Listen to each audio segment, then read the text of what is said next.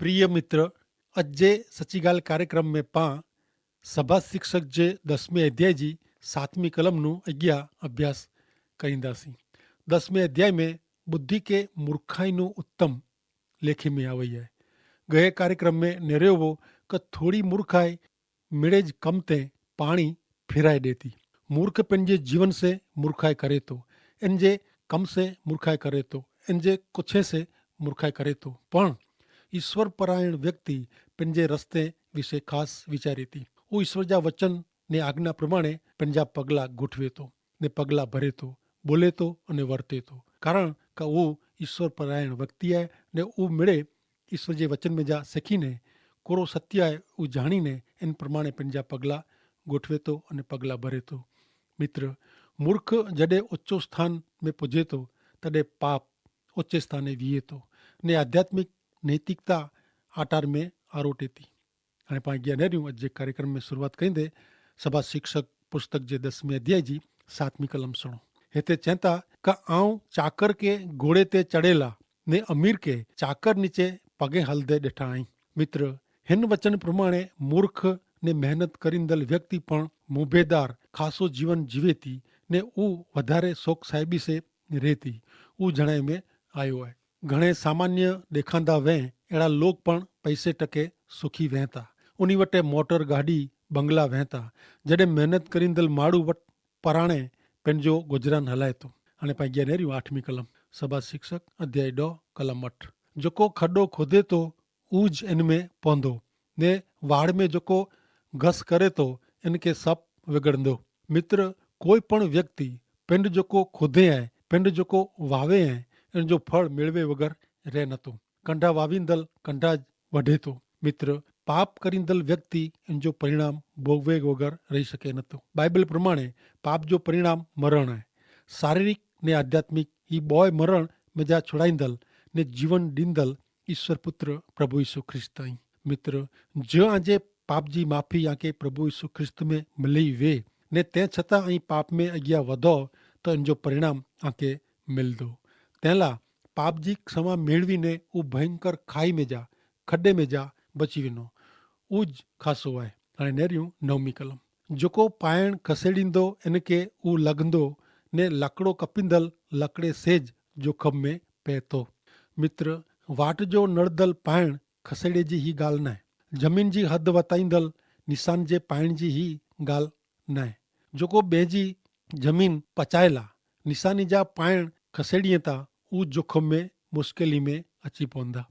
ही बाबत पाके फिरी थी ऊज जाहिर करे थी कि पाप से कोई छटकी सके न। मित्र, पंहिंजे जीवन जो हिसाब गिंदल ईश्वर आई ने हर एक व्यक्ति के हिसाब चुकाइणो ज पवंदो। अॻियां नेरियूं सभा शिक्षक 10वें अध्याय जी 10वीं कलम। जे कोई बुठो लो वे इनके घसीने इनजी धार न कढे त इनके वधू बर वापरणो पवंदो, पण सीधो हलेला बुद्धि फ़ाइदेकारक आहे। मित्र, जी धार वारे हथियार से वस्तु झपाटे कपाजे थी क खोदाजे थी ती इन ज प्रमाणे आध्यात्मिक व्यक्ति ईश्वर ला घणे खासी रीते उपयोगी बनीने वधे थी ने तेला ईश्वर जे पवित्र वचन जो अभ्यास, प्रार्थना, योग्य संगत ने योग्य तालीम जी जरूर है। तालीम वगैर कोई पण कम में सफलता मिले नथी। हाणे नेरियूं 11वीं कलम में कोरो लिखल है। हिते चवनि था कि ज मंत्रे पहला सप कंहिंखे विगड़े त मदारी जी विद्या नकामी आहे। मित्र, हिन कलम के सम्झेला पाके बाइबल जी ॿई कलमूं पण वाचणी पवंदी। सुणो, गीत शास्त्र जो 58 अध्याय ने 4 ने 5वीं कलम में लिखल आहे कि उन्ही जो ज़हर सप जे ज़हर जहिड़ो आहे, उहो कन बंदि रखंदल सप जहिड़ा आहीं, जेको घणे होशियारी से मुरली वजाईंदल मदारी जो पण सॾु सुणे नथो। अॻियां यर्मिया प्रबोधक जो पुस्तक 8 अध्याय ने 17वीं कलम में पण लिखल आहे कि नेरियो ऐं सप के एतिरे मंत्र वस थिए नथा अहिड़े नाग के आमे हलाईंदो ने उहो आंखे विगड़ंदा, अहिड़ो ईश्वर चवनि था। मित्र, अमुक सप घणे ज़हरी वहता, कोबरा ना जो सप घणे ज़हरी वेतो, अहिड़े सप जे मुंहं में जा मदारी ज़हर कढी गिने थो ने ते पोइ ज ऊ डंखे त पण कंहिंजो मरण थिए नथो। पण हिते कोई ज़हरी सप विषे जणाए में आयो न आहे। अहिड़ा माण्हू जेको घातकी, दगाबाज, स्वार्थी ने विश्वासघाती वहता अहिड़े विषय जणाए में आयो आहे। प्रिय मित्र, शैतान विश्वासघाती आहे। उहो आ वटि मित्र जे रूप में ने आके जेको प्रिय आहे इन जे रूप में अचे थो ने हरे हरे उहो आके ईश्वर નું છેટો ખણી વञे थो ने आके ओचीतो डंख मारे थो। मित्र, ही सत्य जीरे ईश्वरનું છેટો રખંदल आला जेरी सब जहिड़ो आहे। सभा शिक्षक जो पुस्तक 10मों अध्याय 12 થી 14 कलम। ज्ञानी माण्हू जे मोह में जा शब्द मायाड़ू निकिरे था, पण मूर्ख जो मोह इन पिंड ज उनारी वञे थो। इन जे मोह जे शब्द जी शुरूआत मूर्खाई आहे ने इन जे बोले जो परिणाम नुक़सान करे अहिड़ो पागलपन आहे। वरी मूर्ख घणे बोले थो पण माण्हू जाणे नथो त कुरो थिए वारो आहे ने इन पुठियां कुरो थिए वारो आहे। उहो इनके केरु चई सघे। मूर्ख माण्हू जा शब्द उन पिंड खे ज उनारी वञे था। ॿिए शब्द में चऊं त उहो पंहिंजे शब्द से पंहिंजो नाश करे थो। 13 ने 14वीं कलम में जणाए प्रमाणे मूर्ख माण्हू लगातार बोलिया ज करे थो। घणे वार अहिड़ो लॻे थो ने अहिड़ो बने थो कि पिंड सचो आहे। अहिड़ो वतायला उहो वीचारे वग़ैरह मन में जेको अचे अहिड़ो गमे अहिड़ो भगे थो। इनके कीअं ईश्वर जे धरा जहिड़ो आहे न। ईश्वर के गमे अहिड़ो उहो कॾहिं बोले नथो, कारण उहो ईश्वर के कॾहिं ॼाणे न। मूर्ख माण्हू सम्झे वग़ैरह ने न सम्झा जे अहिड़ो बोले थो। मित्र, जिब ते नकामा वीचार ने चर्चा मथे काबू रखे से मूर्खाई टाળી શકાજે थी। अॻियां नेरियूं हाणे सभा शिक्षक 10वें अध्याय जी 15 ने 16वीं कलम। मूर्खे जी मेहनत उन्ही मिजाजे मीणी के थकाए थी, कीअं क इनके नगर में वेंदे अचे नथो। हे देश तुंहिंजो राजा नंढो बच्चो वे ने तुंहिंजा राजा सवार में खेंदा पींदा वे तॾहिं इनके अफ़सोस। 15 कलम प्रमाणे मूर्ख माण्हू के कम कईंदे क कम कराईंदे अचे नथो। उहो मिड़े कम में खोटी मेहनत करे थो ने कराए थो। 16वीं कलम प्रमाणे आवड़त ने अनुभव वग़ैरह जो राजा खाधे पीधे में मस्त रोंदल राज्य देश के मुश्किल में विझे थो। उहो देश के ने प्रजा के आशीर्वाद जहिड़ो न पण श्राप जहिड़ो बनी वञे थो।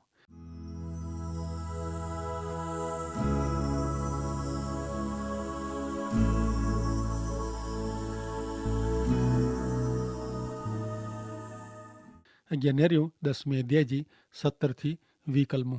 हे देश तुंहिंजो राजा कुलीन कुटुंब जो वे ने तुंहिंजा राजा नसेला न पण शक्ति मेળવેલા टेमसर खेंदा वे तॾहिं तोखे धन्य आहे। आलस से छापरो नमी वञे थो ने हथ जी सुस्ती से घर में चुवाक थिए थो। मिजबानी मौज मजाला करे में अचे थी ने द्राक्षारस जीव के मजा कराए थो। पैसो मिड़े वस्तु जी ज़रूरियात पूरी पाड़े थो। राजा के श्राप न ॾे तुंहिंजे वीचार से पण न ने पैसे वारे के तुंहिंजे सोमे जे ओड़े में जा पण श्राप न ॾे। एतिरेला क वायुचर पखी उहो बोल खणी वेंदो ने पखी उहो ॻाल्हि चई सुणाईंदो। 17वीं कलम प्रमाणे राज्य अथवा देश पंहिंजी शक्ति माटे खे पीए समतोल रहे ने ज़रूरी कार्य करी सके उहो ज़रूरी खाधे जो खाए उहो ज़रूरी आहे। पण माप वग़ैरह खेंदल पींदल ने दारू जो व्यसनी भिखारी हालत में अची पए थो। ईश्वर पाके दुर्व्यसनનું છેટો રહેજો चवनि था। 18वीं कलम आळस विશે जणाए थी। आळसू माण्हू कमનું છેટો भजे थो फिरे थो। उहो कम के हमेशा ठेले थो। उहो ऐसाराम ने फालतू ॻाल्हिअ में समय पसार करे थो। 19वीं कलम प्रमाणे मौज शौक़ आनंद प्रमोद जीवन जी खुशी के जाहिर करे थी। पण मित्र, मात्र साधन ने ચોક્કસ प्रकार जे वातावरण में मजा करींदल माण्हू पिंड राजी न आहे, मजा में न आहे। इनके मजा कराईंदल चीज वस्तु साधन ने मित्र आई। मित्र, ईश्वर पाके जेको आनंद मजा ॾिनला मंगे था उहो उन्ही पिंड जो आहे जेको फक्त प्रभु यीशु ख्रिस्त पर जे विश्वास से उन्ही के आधीन थे से मुफ्त मिले थो। अहिड़ो आनंद परिस्थिति ने संजोग मथे आधारित न आहे। कॾहिं न बदलाजे अहिड़े ईश्वर जो आनंद पण बदलाजे नथो। वधु पैसो धन का संपत्ति शांति का आनंद गिनी सके नथा के ॾेई सके नथा। प्रभु यीशु ख्रिस्त तव्हांखे ईश्वर जी सार्वकालिक आनंद ने शांति से भरियलु मङे था, आनंद ॾेला मङे था।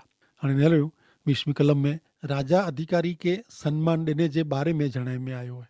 ईश्वर जी ख़ातिर उपरी अधिकारी के अधीन रही उन्हीं विरुद्ध बूंदी ॻाल्हियूं चवणी न खपे। मित्र, ई सभा शिक्षक जे पुस्तक में राजा सोलोमन बुद्धि के मूर्खाई करता ख़ासी लिखे थो। हू पाण जणाए में आयो है कि मिड़े ख़ासो कर्यो, पण ख़ासो करे से व्यक्ति जेको पंहिंजो उद्धार पाप जी माफ़ी कमाए सके न। बाइबल में जणाए तो इन प्रमाणे प्रभु यीशु ख्रिस्त पर जो विश्वास ज व्यक्ति के खासी व्यक्ति बनाए तो।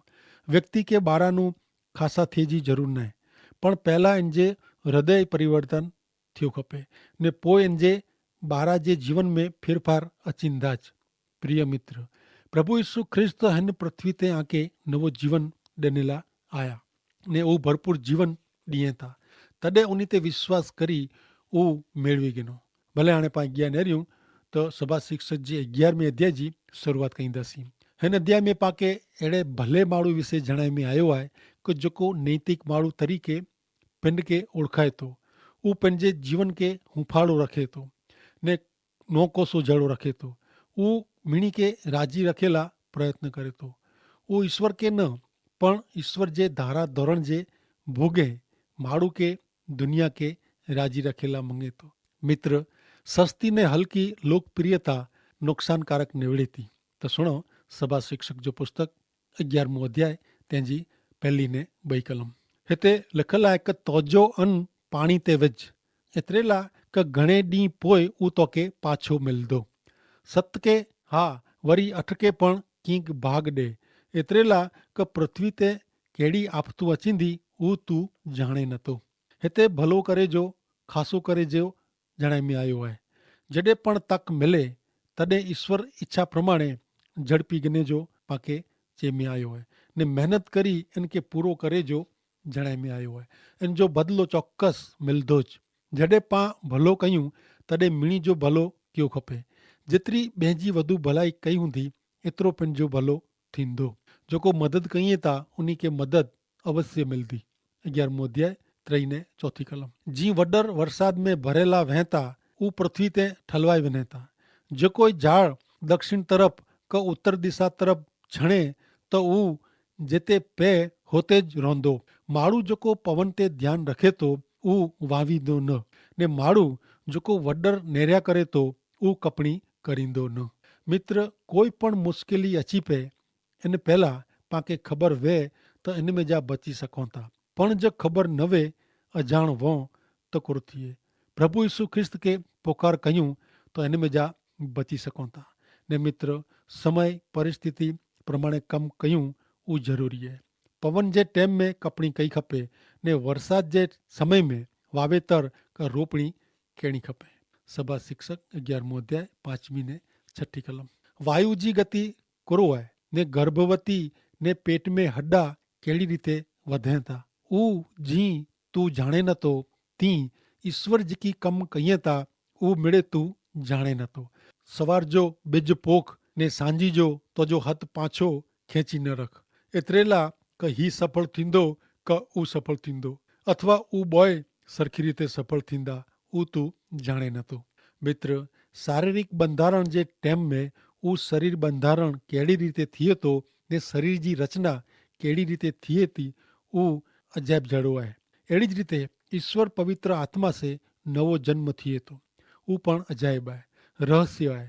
प्रभु यीशु ख्रिस्त नवे जन्म जी अथवा हृदय परिवर्तन जी बाबत के योहान अनुसार लखियल शुभ संदेश जे 3 अध्याय जी 8वीं कलम में जणाइए था कि वाह जिते इच्छे तो होते उहो वाहे तो ने तू इन जो आवाज़ सुणे तो पण उहो केॾानू अचे तो ने किते वञे तो उहो तू जाणे नथो। हरेक जेको आत्मा से जन्मियो आहे उहो इन जहिड़ो ज आहे। मित्र, व्यक्ति जेको ईश्वर पुत्र प्रभु यीशु ख्रिस्त के पंहिंजा अंगत तारींदल उद्धारकर्ता तरीक़े स्वीकारी पंहिंजो जीवन उन जे सरणे धरी ॾिए था उन व्यक्ति जो नवो जन्म थिए थो। मित्र, ईश्वर ज व्यक्ति जो जीवन परिवर्तन करी सघनि था। गमे एतिरी ख़राब व्यक्ति हिकियार प्रभु यीशु ख्रिस्त वटे पंहिंजा पाप क़बूल करी पछतावो करे थी ने माफ़ी मंगे थी तंहिं पोइ उहा नवी उत्पत्ति नवो सर्जन बनी वञे थी। इन जो अगाउ जो जीवन ने वर्तन बदिलाए वञे थो ने अगाऊ जो जीवन ने वर्तमान जो जीवन पण साव अलग है। लोग के नवाई लगे थी ने चेता ही भा क ही भेण केड़ी रीते बदलाव्या। प्रिय मित्र, ईसु प्रभु जो अनुभव करी नेर्यो वो जीवन जो बदलाण करी आनंद खुशी से भरी दिए था। सभा शिक्षक जो पुस्तक 11मो अध्याय 7મી ने 8મી कलम। सच्चाई अजवारो गमे अड़ो खासो आए ने सूरज अख के गमे तो जो माड़ू घणे वरे सुधी जीवे तो इनके हरेक टाइम में आनंद मजा केणी पण इनके अंधारे जा डी याद रखड़ा कि वो घणे हुंदा जो को मिड़े बने तो वो मिड़े व्यर्थता जाए नकामू जाए। मित्र, अहीं जेड़ा आयो एड़ा हमेशा रेवारा न आयो। जुवान माड़ू कायम जुवान रही सके नतो, सोखी माड़ू कायम सोखी रही सके नतो। एनो अर्थ एड़ो न है कि कायम डोखी ने डोखजी ज लागणी साथे जिंदगी गुजारणी ना, पण खासे डीए में पण ऊ डोख भर्यो डी भूली विना जे नता। अगाऊ जो परिस्थिति हालत वी ऊ ने अचे वारे डीए के ने हालत के स्थिति के पण याद रखे जी जरूर है। जीवन संभारे से ने ईश्वर जी प्रसन्नता में गुजारणो वो खासी गाल है। सभा शिक्षक 11मो अध्याय 9મી ने 10મી कलम। हे जुवान माड़ू, तोजी जुवानी में तू आनंद मजा कर ने तोजी जुवानी जे डीए में तोजो दिल तोके खुश रखे, तोजे हृदय जे मार्ग में ने तोजी अखची नजर प्रमाणे तू हल, पण तोके नक्की जाणो के हिन मिड़े बाबत संबंधी ईश्वर तोजो न्याय करींदा। तेला तोजे हृदय में जा डोख छेटो कर ने तोजो शरीर बुंडाई नु छेटो रख। एतरेला क युवा अवस्था ने भर जुवानी व्यर्थता आए नकामी है। जुवान माड़ू याद रख, जुवानी जे समय में घणे महत्व जा निर्णय गिने जा वेता। ही निर्णय मथे जिंदगी बने थी। जो प्रभु यीशु ख्रिस्त के जीवन सौंपी उन्हीं जी इच्छा प्रमाणे जीवन गुजारे जो निर्णय गणो हुनो तो प्रभु जो को आला खासा आई वो जरूर आंजो खासो करींदा। जडे नौकरी धंधे में अभ्यास में क जीवन साथी जी पसंदगी करे जी वेती तडे प्रभु के प्रार्थना में पुकारे जी जरूर वेती। कदाच अहीं जी पसंदगी प्रमाणे निकी कर्यो था, निर्णय गनो था तो जिंदगी कंटाळे जड़ी नीरस बनी वने थी ने तेला माड़ू के ईश्वर जी इच्छा में योजना में निर्णय करे जाए।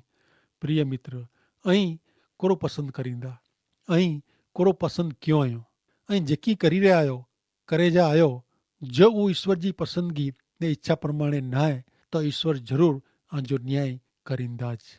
मित्र, लग्न करे पोइ पति पत्नी हिकड़े ॿिए खे चवनि था आ तो साथे लग्न करी वॾी भूल कई है, आ तो भेगो तो साथे पहिरियों नवो अथवा पहिरीं नवी त खासो हो ने घणे पति पत्नी अहिड़ो चवनि था क ईश्वर जो आभार क पाके भेरा कयूं।